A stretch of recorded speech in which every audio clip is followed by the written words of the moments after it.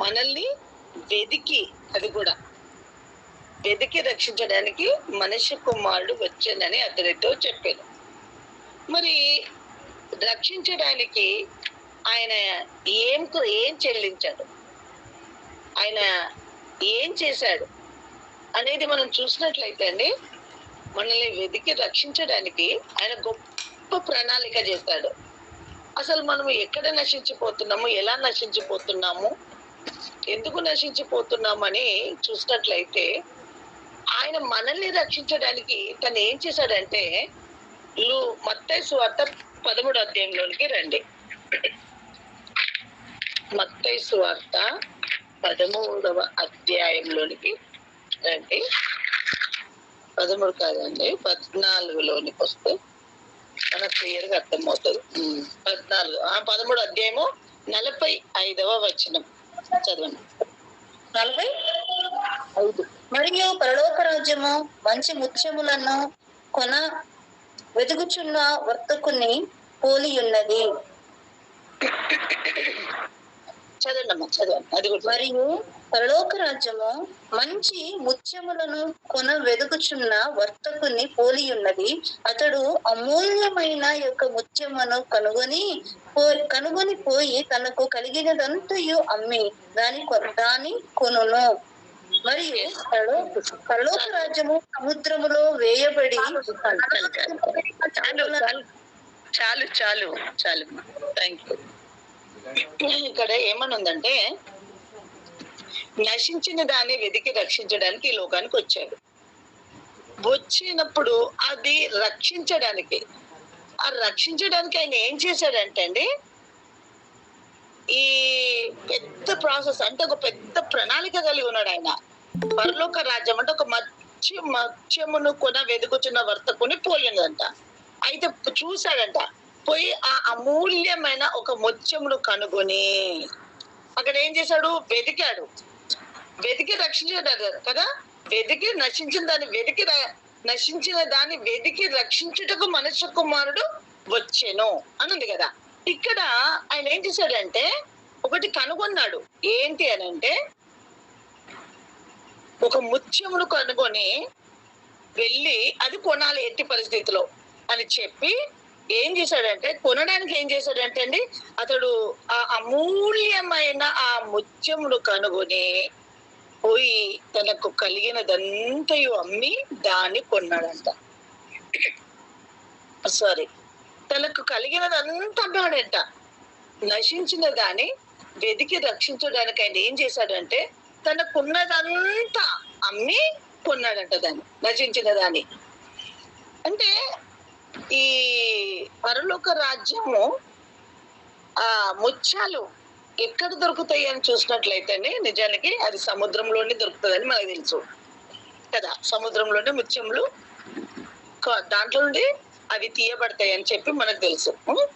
అయితే ఈ సముద్రం అంటే ఏంటంటే ఈ లోకం అనే సముద్రంలో మనల్ని వెదికి మనల్ని కనుగొని మనల్ని రక్షించడానికి మనం నశించిపోతున్నాం, మనం వేసారిపోతున్నాం, మనకి ఇంకా జీవం లేదు, మనకు మరణమే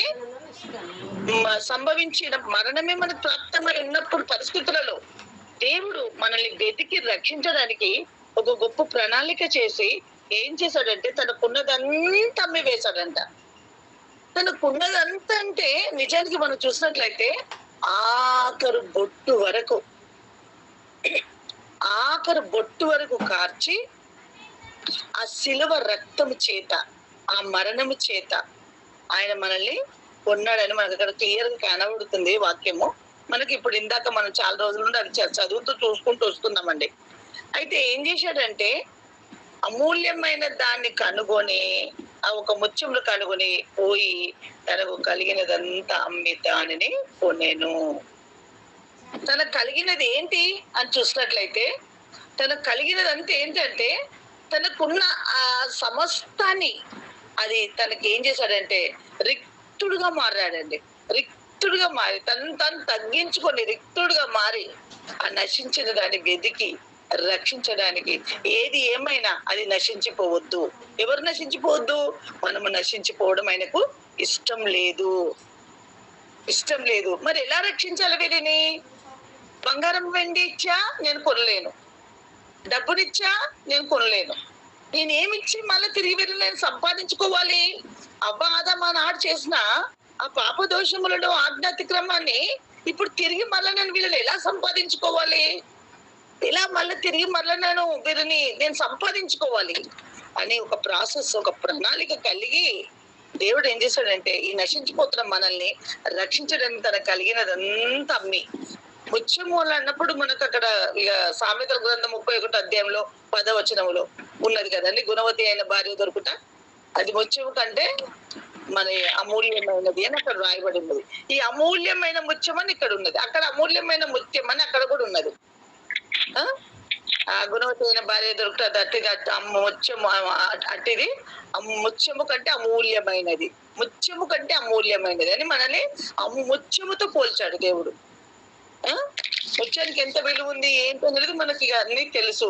ఇంత విలువైన మన జీవితాలను దేవుడు ఏం చేశాడంటే ఆయన విలువైన రక్తాన్ని ఇచ్చి మనం నశించడం ఇష్టం లేక, మనం నశించుకోవడం ఆయనకి ఇష్టం లేక మనల్ని రక్షించుకున్నాడు. రక్షించుకొని ఏం చేశాడు? తనకున్నదంతా అమ్మేశాడంటండి. తనకి ఏమున్నది అని చూసినట్లయితే ఆయన సుకుమారుడు కానీ స్వరూపము లేని వాడాయను. తనకున్నదంతా అమ్మి వేశాడు. అంటే తనకున్నదంతా ధారపోసాడు. ఆ యెషయా 53లోకి వచ్చేస్తే అక్కడ మన క్లియర్ కనబడుతుంటది. యెషయా 53లోకి వచ్చేసినట్లయితే మేము ఈ మొదటి వచనాలను చదివితే అక్కడ మనకు అర్థమవుతుంది. చూడండి,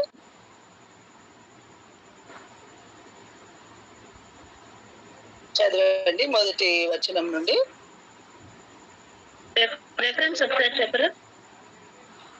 యెషయా గ్రంథము 53 అధ్యాయము మొదటి వచనంతో చదవండి.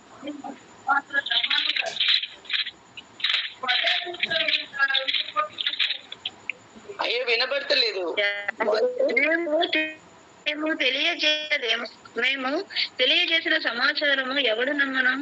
యెహోవా బాహువు ఎవనికి బయలుపరచబడిను? లేత మొక్కల వలెను, ఎండిన భూమిలో మొలిచిన మొక్కల వలెను అతడు ఆయన ఎదుట పెరిగెను. అతనికి స్వరూపమైనను సొగసైనను లేదు. మనం అతన్ని చూచి అపేక్షించున్నట్లుగా అతని యందు స్వరూపము లేదు. అతడు తృణీకరింపబడిన వాడు ఆయన. చాలు మళ్ళీ తర్వాత మళ్ళీ చదవండి. అయితే ఇక్కడ మేము తెలియజేసిన సమాచారం ఎవడు నమ్మేను?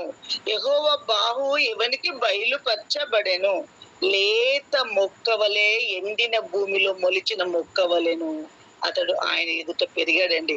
సుకుమారుడు. సొలొమితి ఏమంటదంటే ఈ పరమగీతంలో, నా ప్రియుడు ధవలవర్ణుడు, నా ప్రియుడు రత్నవర్ణుడు, నా ప్రియుడు అతి కాంక్షణీయుడు, నా ప్రియుడు అతి మనోహరుడు.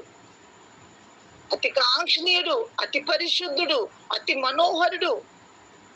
ఆయన ముఖము మనోహరము, ఆయన స్వరము ఎంత అది అసలు అక్కడ ఆ పరమగీతములు చదువుతుంటే అసలు ఇలా అసలు మనము లీనమైపోతే దేవుని యొక్క ఆ యొక్క స్వరూపమును మనం ఆ చదువుతున్నప్పుడు మనం ధ్యానిస్తూ ఆ లోపల అంటే ఆ దేవుని అంటే ఆ వాక్యం లోపలికి వెళ్ళిపోయి దాన్ని ధ్యానిస్తే మనకు క్లియర్ గా దేవుని స్వరూపం మనకు అక్కడ కనబడుతుందండి. ఆయన ధవల వర్ణుడు, రత్నవర్ణుడు, సుకుమారుడు, ఆయనకు స్వరూపము లేని వాడయ్యాడు. కారణం ఏంటి?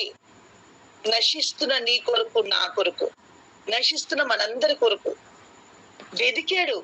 అయ్యో నా పిల్లల్ని తిరిగి నేను ఎలా సంపాదించుకోవాలా? ఆజ్ఞ అతిక్రమించారు, పాపంలో పడిపోయారు, శాపంలో పడిపోయారు, హృదయం నొచ్చుకున్నాడు, కన్నీరు విడిచాడు. నోహకాలంలో ఆదికాండం 6వ అధ్యాయంలో నొచ్చుకున్నాడు హృదయము, కన్నీరు విడిచాడు, రోదన చేస్తున్నాడు. ఎలా మళ్ళీ తిరిగి నేను పట్టుకోవాలి, రక్షించాలి అని విడిచిపెట్టదు. నశించడం నాకు ఆయనకి ఇష్టం లేదు, మనం నశించుకోవటం.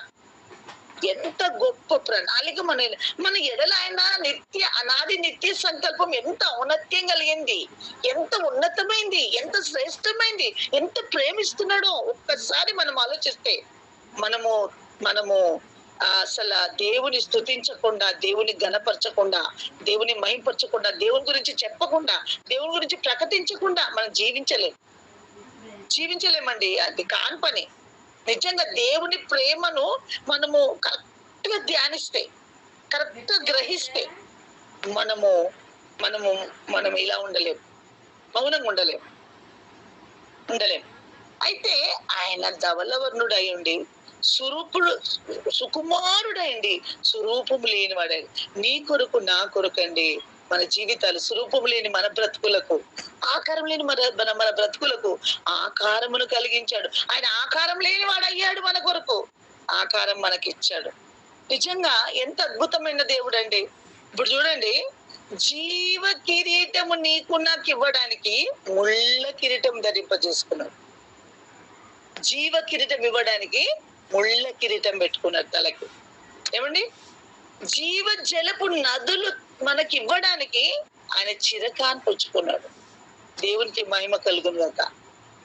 నీకు నాకు జీవ జలపు నదులను, సమృద్ధి అయిన జీవజల నదులను మనకివ్వడానికి, ఏమండి, ఆ జీవజలపులను మనకివ్వడానికి ఆయన చిరకాన్ని పుచ్చుకున్నాడు. మన ప్రక్కన నిలిచి జీవితకాలం అంతా మన ప్రక్కన ఉండడానికి ఆయన ప్రక్కలో బ్రల్లెపు పోటు,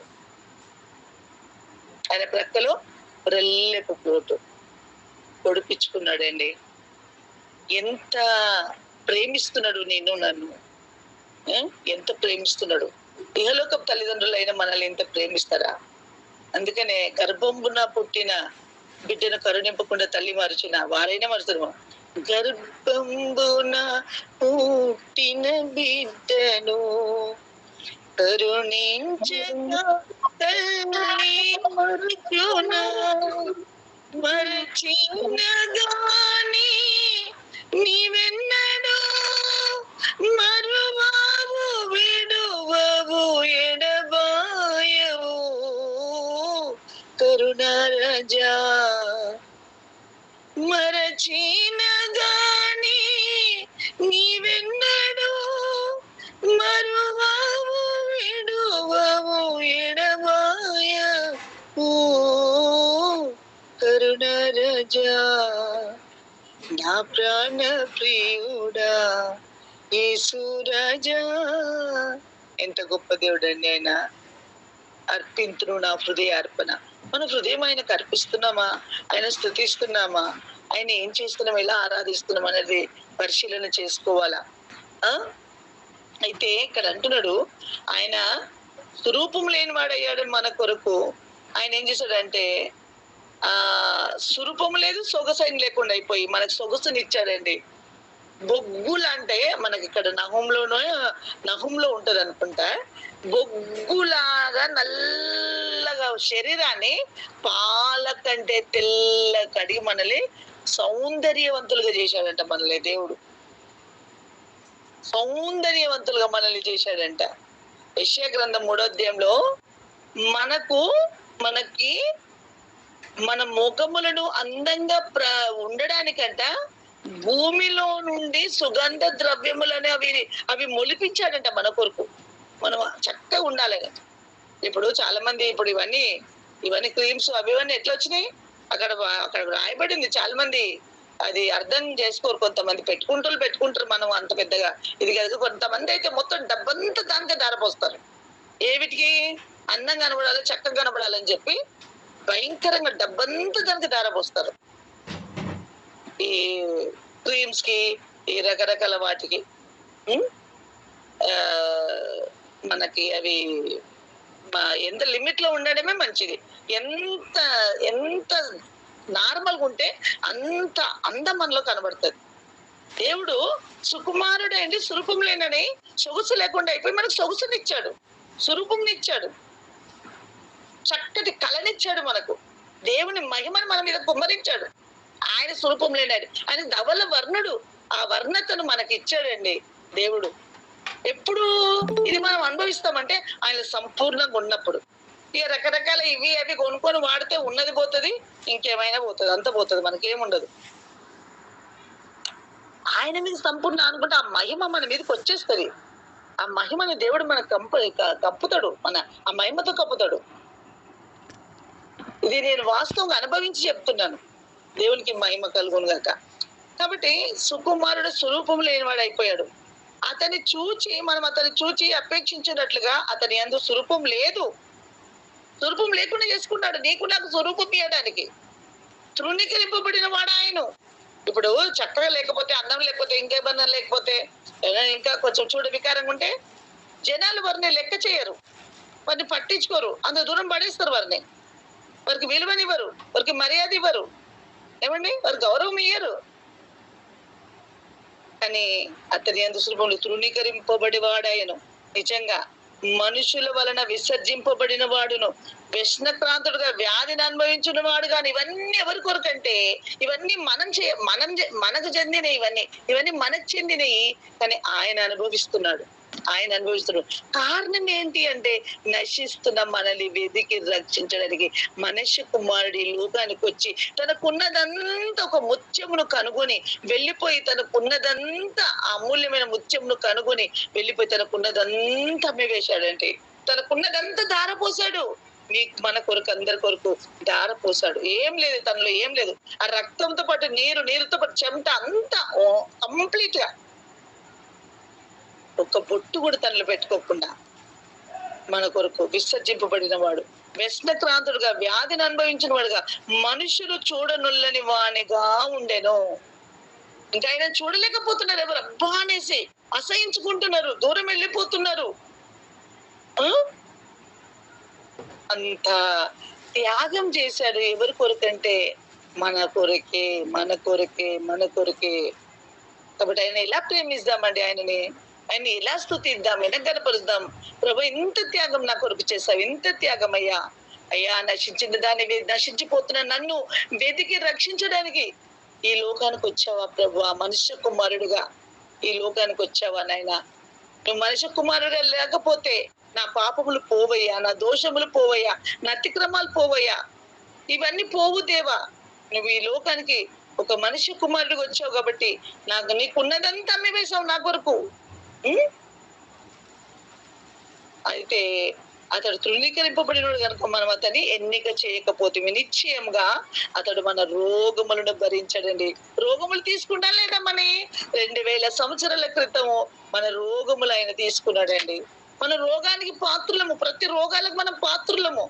కానీ ఆయన రోగాలను తీసుకున్నాడు, మన రోగములైనా తీసుకున్నాడు, మన వ్యసనాలనైనా తీసుకున్నాడు, మన శాపానైనా తీసుకున్నాడు, మన మరణాన్ని అయినా తీసుకున్నాడు, మన దరిద్రతనైనా తీసుకున్నాడు, మన పేదరికంనైనా తీసుకున్నాడు. కొరింథీ రాష్ట్ర పత్రికలో 5వ అధ్యాయంలో ఉంటుంది, ధనవంతుడైన ఆయన దరిద్రుడిగా మారాడండి నీ కొరకు, నా కొరకు, మనల్ని ధనవంతులుగా చేయడానికి దరిద్రుడిగా మారాడు. ఎందుకు మరి? మనం ఎంత తెలిసి కూడా తెలిసి ఏదో నామకార్థంగా ఏదో భక్తి ఏదో చేయాలంటే చెయ్యాలా, ఏదో లోకం చేస్తారు కాబట్టి నేను చెయ్యాలా, ఏదో వాళ్ళు ప్రార్థిస్తారు కాబట్టి నేను చెయ్యాలి, మరి అరగంట ప్రార్థిస్తాను, ఒక 5 నిమిషాలంటే ప్రార్థించాలి. ముఖస్థుతులు. దేవుని ప్రేమను లోతుగా వెళ్ళి తెలుసుకోలేకపోతున్నాం. అందుకని యేసన్న పాటలో రాస్తారు కదా, నీ ప్రేమని నీలా మరతున్, నీ ప్రేమ వర్ణింతునా, దానిలోతు ఎత్తుని గ్రహించి, నీ ప్రాణ త్యాగము నీ తలంచి, నీ ప్రాణ త్యాగము నీ తలంచి, వందనము నీకే వందనము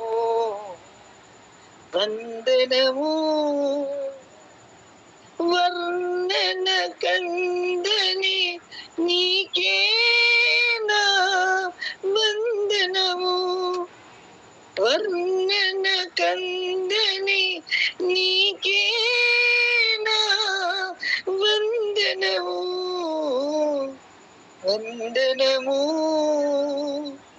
నీకేనా వందనం. దాని లోతు, దాని ఎత్తు, దాని వెడల్పు నేను ఎలా తెలుసుకోలేయా? నీ ప్రేమను ఎలా వర్ణించాలి, నేను ఎలా వివరించాలి? నేను ఏసన్నండి, ఏసన్న ఎంత అనుభవించాడో దేవుని ప్రేమను. ఎన్ని పాటలండి, ఎన్ని పాటలు. ఆయన లోకి వెళ్ళిపోయాడు దేవుడు.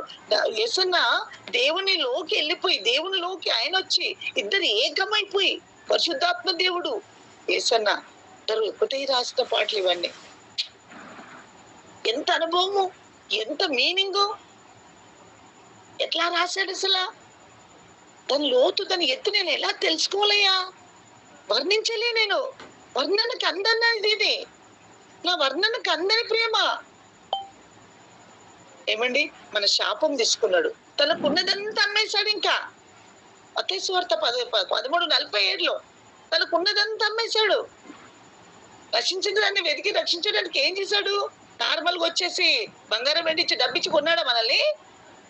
మనం ఆయన స్వాక్య సాంపత్యం ఎలా అయ్యాము? ఆయన సొత్తు మనం ఎలా అయ్యాము? ఏమంటే మనము ఇప్పుడు ఇంత విలువ మనకి ఇచ్చాడంటే, ఊరికే డబ్బులు ఇచ్చి, ఊరికే ఇప్పుడు బయట ఫ్రీగా వచ్చిన దానికి విలువ ఉండదు. ఫ్రీగా వచ్చిన దానికి విలువ ఉండదు. అదే నువ్వు క్రయధనం డబ్బు చెల్లించి కొన్నాడు అనుకోండి, ఎంత డబ్బు, ఎంత ఖరీదు పెడితే అంత దాన్ని కాపాడుతారు. దానికి అంత విలువ ఉంటది, దానికి అంత గౌరవం ఉంటది, దానికి అంత జాగ్రత్త, భద్రత ఉంటది దానికి. అందుకని దేవుడు మనల్ని పిలిచి రండి రక్షణ పొందండి అంటే వచ్చేసి వెళ్తే రక్షణ పొందే వాళ్ళం అనుకో, దానికి అంత విలువ ఉండదేమో. అందుకని ఇంత ప్రాసెస్, ఎంత చేశాడు ఆయన మన కొరకు. మన శాపం తీసుకున్నాడు, మన దరిద్రత తీసుకున్నాడు, మన పేదరికం తీసుకున్నాడు, మన రోగం తీసుకున్నాడు, మన మరణం తీసుకున్నాడు. మరణం అని ముళ్ళు ఎక్కడా అన్నాడు? నా బిడ్డల మీద పాపం మన మీద ప్రభుత్వం చేయనీయలేదు, మరణం మన మీద ప్రభుత్వం చేయనీయలేదు, ఉగ్రత మన మీద మరణం ప్రభుత్వం చేయనీయలేదు. ఏమండి, ఇంత చేసిన దేవుని ఎంత స్తుతిస్తాం. మన రోగములను, మన వ్యసనములను వహించాడు. ఆయనను మొత్తబడిన వానిగాను, దేవుని వలన బాధింపబడిన వానిగాను, శ్రమ నొందిన వానిగా మనం అతన్ని ఎంచితిమి.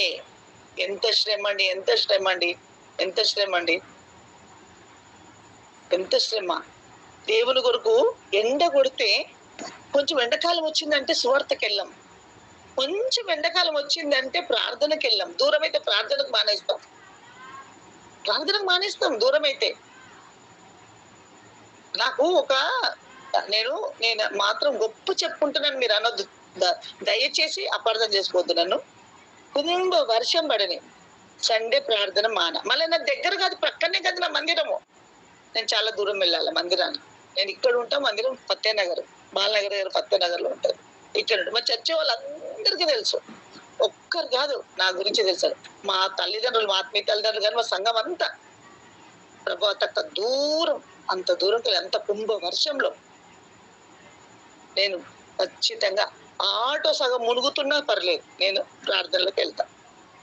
సండే అంటే పునరుద్ధరణ దినం గాని, ఏ ప్రార్థన ఉంటే శుక్రవారం గాని, ఇంత దూరంకి వెళ్ళి నేను ఛార్జీలు పెట్టుకుని నేను ఆటో బుక్ చేసేసుకుని వెళ్ళిపోతా. బస్సు కొరకు వెయిట్ చెయ్య, బస్సు ఎక్కాలి, దిగాలి, దానికి 10 రూపాయలు ఎందుకు, ఈ ఆటోకి ఎందుకు 200-300 పెట్టాలి, 10 రూపాయలు వెళ్ళిపోతాను కదా అని అలా చూడను. ఆటో బుక్ చేసేసుకుని వెళ్ళిపోతా, అలా ఆటో బుక్ చేసేసుకుని వచ్చేస్తా. ఏమండి, దేవుని మీద ఉన్న మక్కువ, దేవుని మీద ఉన్న ఆసక్తి, ప్రేమ.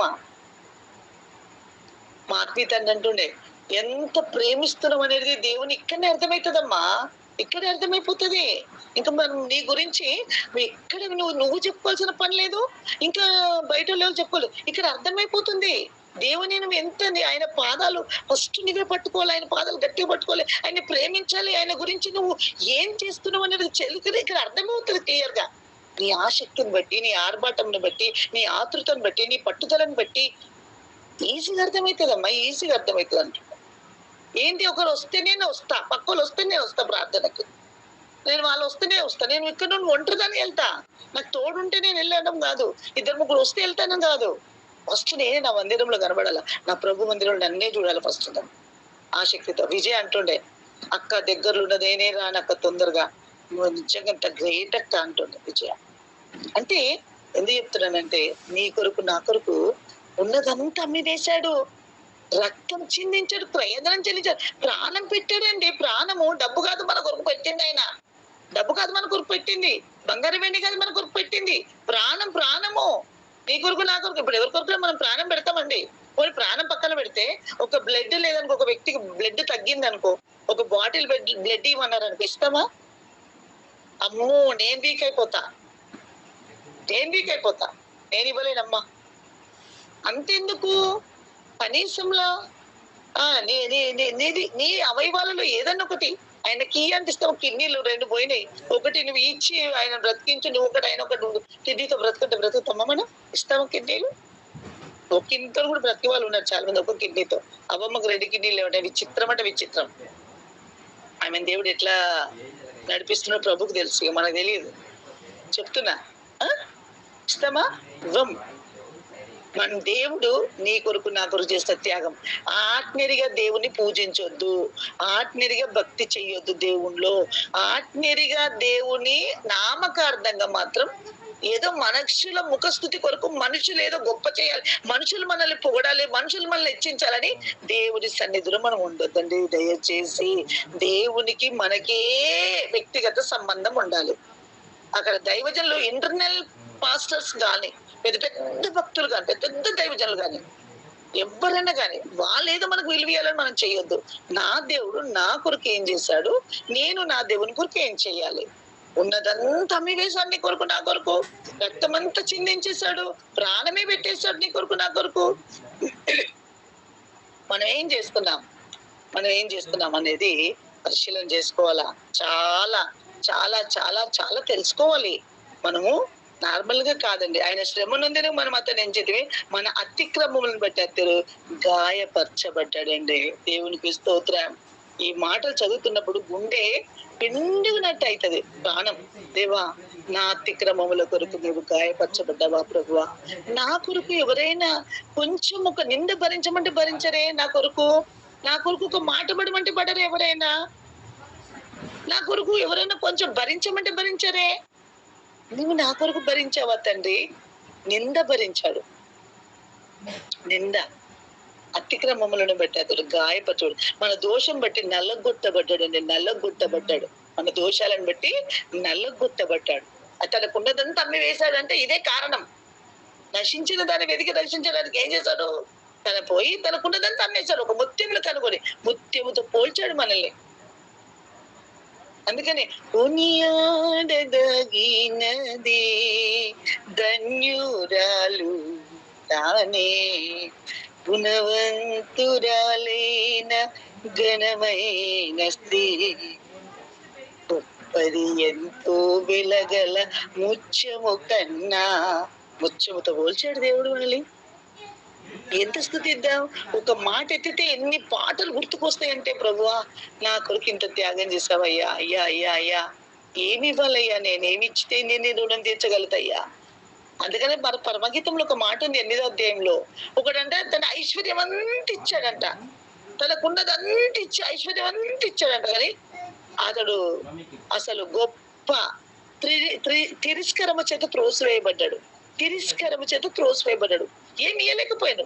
దేవుడు త్రోసేస్తాడు. ఇది ఇస్తే చాలునా అంటున్నాడు. ఏమంటే ఏమి ఇస్తే సరిపోతాం దేవునికి మనం?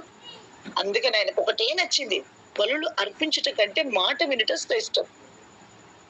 ఆయనకు లోబడడం, ప్రీతి చూపించడం, ఆయన చెప్పింది చేయడం, ఆయన చెప్పింది వినడం, ఆయన మాటకు మనం విలువించి ఆయన చెప్పింది చేసి, ఆయన ఏది చెప్తే అది చేసుకుంటూ, ఆయనకు లోబడుతూ, ఆయన ప్రేమను ప్రకటిస్తూ, ఆయన గురించి మన జీవితంలో దేవునికి మొదటి స్థానం ఇస్తూ మన జీవితాన్ని కాపాడుకుంటూ వెళ్తే, ఎక్కడికి వెళ్ళినా అతడు నన్ను ప్రేమిస్తున్నాడు కనుక అతన్ని నేను తప్పుతా, అతను నా దృష్టికి ప్రియుడుగా ఉన్నాడు కనుక అతని నేను ఘనపరుస్తా. యెషయా గ్రంథం 43:4 ఉంటది. అతడు నా దృష్టికి ప్రియుడు కనుక నేను అతని ఘనపరుస్తా. మనం దేవుని దృష్టిలో ప్రియులుగా ఉంటే మనకు ఘనత. దేవుడికి గణపరుస్తాడు. మనుషులు గణపరిచిన మనుషులు అవసరమే లేదు. మనుషుల ద్వారా మెప్పు ఘనతలు కొంచెంసేపు ఉంటాయి. అవి ఇవాళ ఉంటే రేపు దూషించవచ్చు, ఏమన్నా అనొచ్చు, ఇంకేమన్నా అనొచ్చు. మనుషుల ద్వారా ఎప్పుడు మెప్పులు ఘనతలు కోరుకోవద్దు. మనం అక్కడ పప్పులో కాలేసినట్టే, పడిపోయినట్టే. మనం మనుషుల మెప్పు ఘనత కోరిన వారం, కానీ దేవుని మెప్పు ఘనత కొరకే మనం ఎదురు చూడాలి. అతడు నా దృష్టికి ప్రియుడైనందున అతని ఘనత. ఆ దేవుడు మనల్ని ఘనపరచడానికి అది స్థిరకాలం ఉంటుందండి. స్థిరకాలం ఎప్పటికి ఉంటుంది, కదల్చబడదండి. ఇంకా కొద్ది దినాల తర్వాత ఆ గౌరవం పోతుంది, అన్ని ఆ మర్యాదలు పోతాయి, అది ఉండదు. ఇంకా జీవిత కాలం అంటే పెరుగుతూనే ఉంటది. మన మన మన ఘనత పెరుగుతూనే ఉంటది కదా, తరగదు. కారణం ఏంటంటే ఎప్పుడైతే మనము మన దేవుని దృష్టిలో ఆయన కొరకు మనం ధ్యానించినప్పుడు, ఆయన అందుకంటే చూడు, మన కొరకు మన దోషములు కొట్టి ఆయన నల్లగొట్టబడ్డాడు. సమాధానార్థమైన మన సమాధాన శిక్ష అతని మీద పడాను. ఆయన మన అసమాధానం తీసివేసి మనకు సమాధానం ఇచ్చి అసమాధానం పాలయ్యాడు దేవుడు. ఏమండి, ఆయన పొందిన దెబ్బల చేత మనకు స్వస్థత అండి, స్వస్థత. ఈనాడు బలహీనలుగా ఉంటే, ప్రభువా నాకు బలమీయవా, నన్ను స్వస్థపరచవా. ఒక్కోసారి నేను చాలా బలహీనలుగా ఉంటా. పడుకుని ఉదయ కలసంలో 2 చేతులు ఎత్తుతా, మోకరించి ఓపిక కాదు, పడుకుని 2 చేతులు పైకి ఎత్తుతా, చాలా సేపు ఎత్తుతా, ఎత్తి స్తుతిస్తా. నాకు బలం కావాలి నాయన, నాకు బలం. యెహోవా నా బలమా, నీవు నాకు బలము ధరింప చేసావు కదా దేవా. ఆయన దావీదు అంటాడు కదా, దేవుడు నాకు బలము ధరింపజేసి ఉన్నాడని, దేవుడిని నేను ప్రేమిస్తున్నాను అంటాడు కదా. అయితే నాకు బలం కావాలి ప్రభు అనుకొని నేను చాలా బలహీనలుగా ఉన్నా, నాకు బలం కావాలి అంటే నిజంగా ఆ రోజు అన్ని రోజులు చేసే పని కంటే ఎక్కువ చేస్తా ఆ రోజు పని. చాలా దేవునికి మహిమ. అంటే దేవుడు మన మన మన మన మన మనకు మన స్వస్థతని ఇవ్వడానికి ఏం చేశాడంటే ఆయన గాయపరచు మన దెబ్బల చేత మనకు స్వస్థత, ఆయన దెబ్బల చేత మనకు స్వస్థత. మనం అందరం గొర్రెల వల్ల దారి తప్పిసాం. అయితే నిజంగా కూడా ఇదంతా మనలో ప్రతి వాడు తనకి ఇష్టమైన త్రోవలు తెలుగుతాను తొలగాను.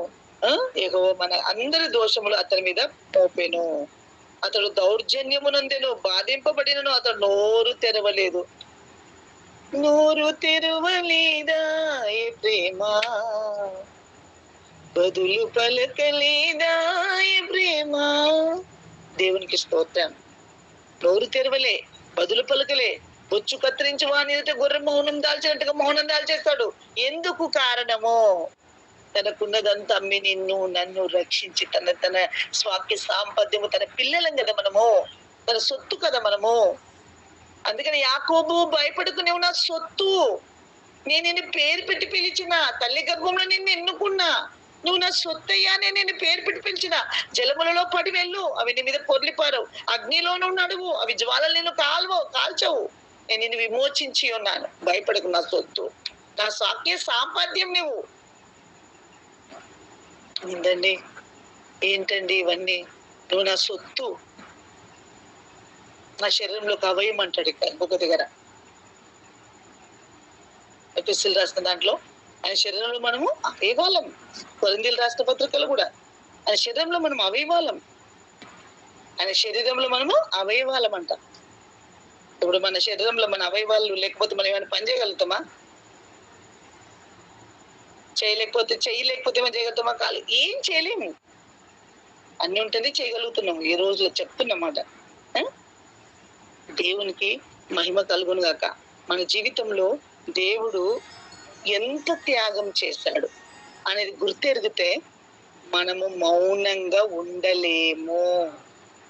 అందుకని పేతురు యోహాన్లు ఏమంటారు? దేవుని ప్రేమను తెలిసిందా అపోస్తలుల కార్యం 4వ అధ్యాయంలో, మీ మాట, దేవుని మాట వినుట కంటే మీ మాట వినుట శ్రేష్టమా మాకు? మేము వీరికి విన్న వాటిని మేము చెప్పకుండా ఉండలేకపోతున్నాం. మేము ఉండలేము కూడా. మేము దేవుని మాట వినడం కంటే మీ మాట వింటే మాకు శ్రేష్టం కాదు కదా.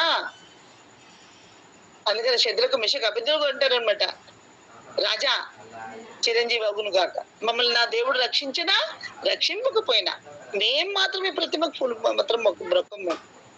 మొన్న మా వీళ్ళ తమ్ముడు, మా వారుల తమ్ముడు చనిపోయినప్పుడు అన్యులు కదండి వాళ్ళు. అక్కడ ఒక అగ్ని లాంటి సమస్యనే, అగ్ని లాంటి పరిస్థితులే. కానీ అన్నిటిలో నెట్టుకొని ముందుకొచ్చి జయించడం, నా దేవుని మాట వినడం కంటే నీ మాట వినట నాకు శ్రేష్టం కాదు. నా దేవుని మహింపరిచాను అక్కడ, నా దేవుని ఘనపరిచాను అక్కడ, నా దేవుని నేను కొనియాడినాను అక్కడ. ఎంత మొండి పట్టుకోబో అనుకున్నారు వాళ్ళు. నేను గాక నా కుటుంబం అంతటి కాపాడుకున్నా. గుణవంతురాలైన స్త్రీ అంట, ఆమెనంట తన ఇంటి వారి నడతల్ని బాగుగా కనిపెడుతుందంట. ఇంటి వారి నడతల్ని బాగుగా కనిపెడుతుందంట. ఆమె పని చేయకుండా భోజనం చేయదంట. ఆమె జనులందరూ పొద్దున్న లేస్తే ధన్యురాలు అంటారంట. ఆమె జ్ఞానం కలిగి నోరు తెరుస్తుందంట. ఆమె కృపగల ఉపదేశమే బోధిస్తుందంట. ఆమెకు బలమే వస్త్రం అంట. బలం ఏం చేసిందామె? వస్త్రంగా ధరించుకుందట బలంని. అక్కడ చదువుతుంటే ఒక మాట మనం తీసుకొని దాన్ని బట్టి ప్రార్థన చేసుకోవాలా. ఏమండి? వారి భర్తనంట గవిని యొద్ద పెద్దలతో కూర్చుంటాడంట. ఏమండి? కూడబెట్టిన ద్రవ్యం తీసుకొని ద్రాక్ష నోటి నాటించిందంట. ఇవన్నీ మనం చేస్తున్నామా అనేది పరిశీలన చేసుకుంటే చాలా మంచిది. అవి చెయ్యడానికి కూడా మనం ప్రయత్నం చెయ్యాలి. ఏమండి? ఇవన్నీ నిజంగా కూడా ఎక్కడి నుండి వస్తాయంటే వాక్యంలో నుండే వస్తాయి మనకి ఘనతలు. వాక్యంలో ధ్యానిస్తున్నప్పుడు, దీన్ని పాటిస్తున్నప్పుడు, దీన్ని అనుభవిస్తున్నప్పుడు, దీన్ని నమిలి అందుకని హెచ్కెల్ అంటాడు, నువ్వు తిను, అది చేదుగా అనిపిస్తే నువ్వు తినేసేయి, తర్వాత కక్కు. తిను ఫస్ట్, తర్వాత కక్కు.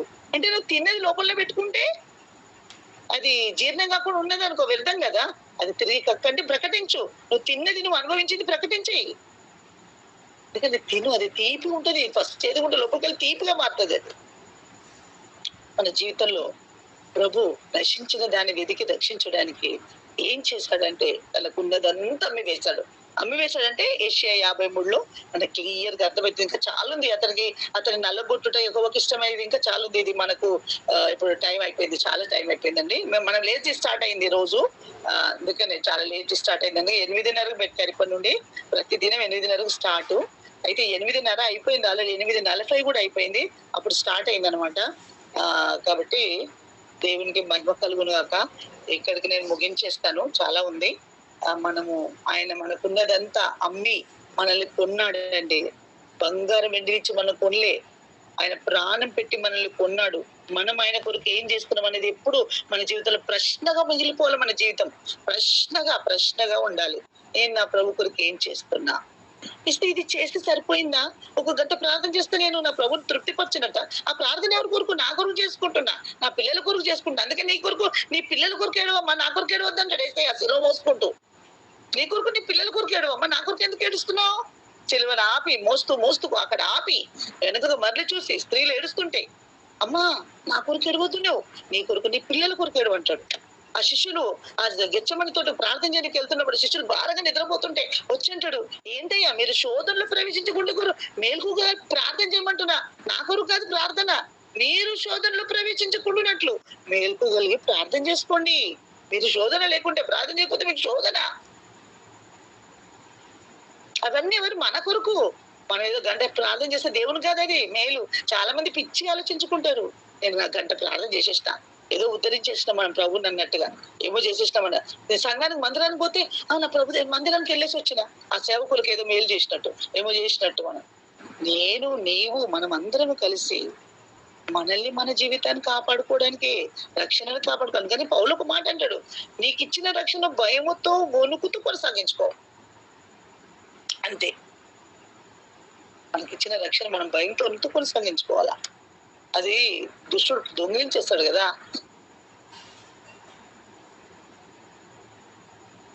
అంతతో ఉండాలండి ఎప్పుడు మన జీవితము.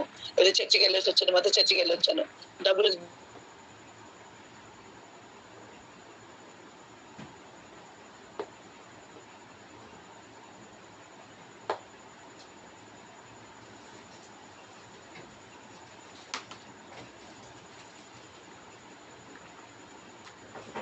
ఇంకా అది సరిపో, అది కరెక్ట్ గా వెళ్తే దేవుడి దీవించి ఆశీర్వదిస్తాడు. మనము చాలా నేర్చుకోవాల్సినవి ఉంటాయి, కానీ ఏం నేర్చుకోలేదు. మనం ఏమనుకుంటామంటే నేను చాలా నేర్చేసుకున్నాను అనుకుంటాం, కానీ అది కరెక్ట్ కాదు. నేర్చుకోలేదు, ఇంకా చాలా నేర్చుకోవాలి. మనం నేర్చుకుందామండి. ప్రభు రాకడ వరకు, మన పోకడ వరకు నేర్చుకునే వారుగానే ఉందాం, కానీ నేర్చేసుకున్నామని ఎక్కడ కూడా అతిశయపడడానికి వీలు లేదు. తర్వాత మనము మిగిలింది తర్వాత చూసుకోవచ్చు. దేవుడు నామానికి స్తోత్రం. నాకు ఇచ్చిన సమయం మీ అందరికి వందనాలు తెలియజేస్తున్నాను. ఈ వాక్యం మనందరి వెనుకలో దేవుడు దీవించి ఆశీర్వదించును గాక. ఆమేన్.